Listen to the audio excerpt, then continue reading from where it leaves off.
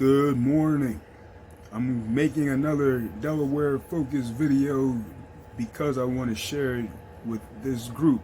This video is specifically for the Delaware politically engaged patriots. And today, coming home, I was downtown. This was coming to me. When I came home, the mailman was on the block and he had a couple things for me. This one is not for me.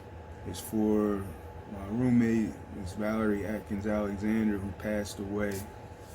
Was funeralized at the end of 2023. This birthday is significant. I'm 37 years old today. 7/31/1987. Senator Kyle Evans Gay has always championed the issues that matter to us. All Delawareans, all Americans. Senator Kyle Evans Gay wrote legislation to help people that are currently incarcerated to be able to practice democracy, to be able to vote.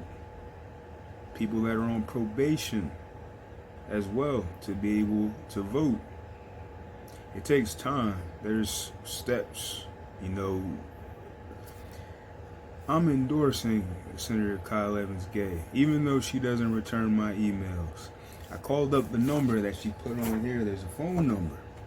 The number's to the campaign office. I knew it was going to be to the campaign office, not directly to her. But there's a number here, 302-744-4137. And that number, I'm sure you can leave a message. I'm sure sometimes there's people that actually answer it. But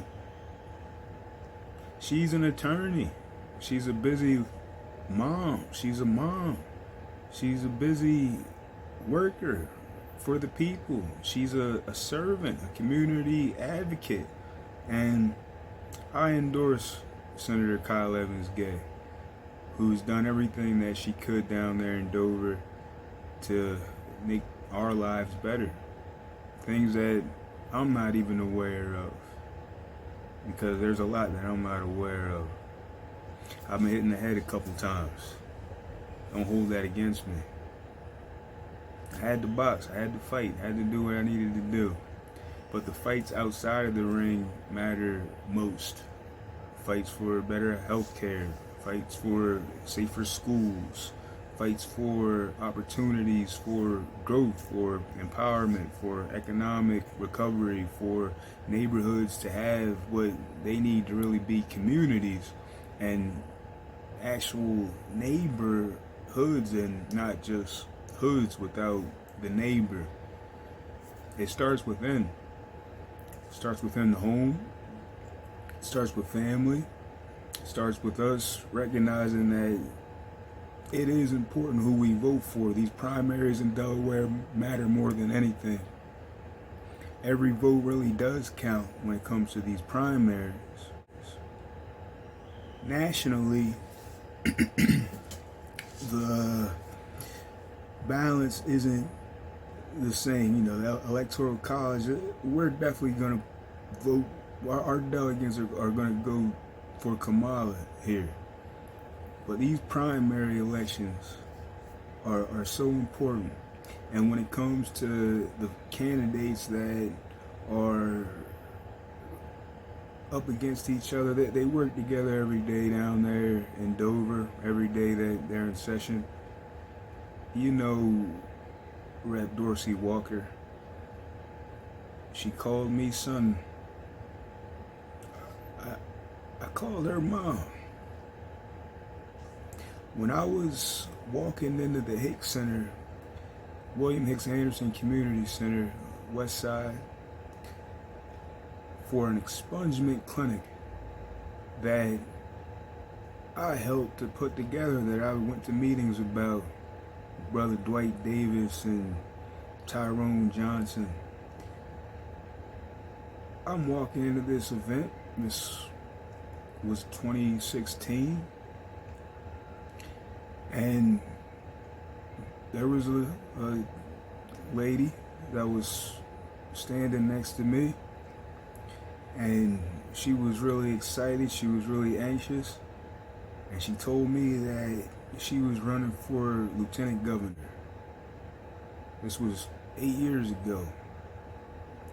And this woman, she was really happy, and she was really excited, and she calls it competitive now.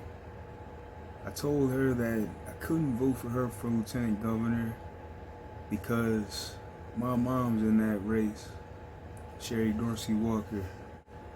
I can't vote for you, Bethany Hall Long. This was the first time any public servant, politician,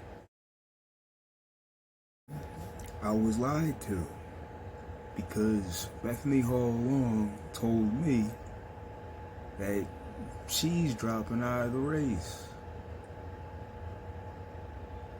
Sherry Dorsey Walker, who's running for lieutenant governor again,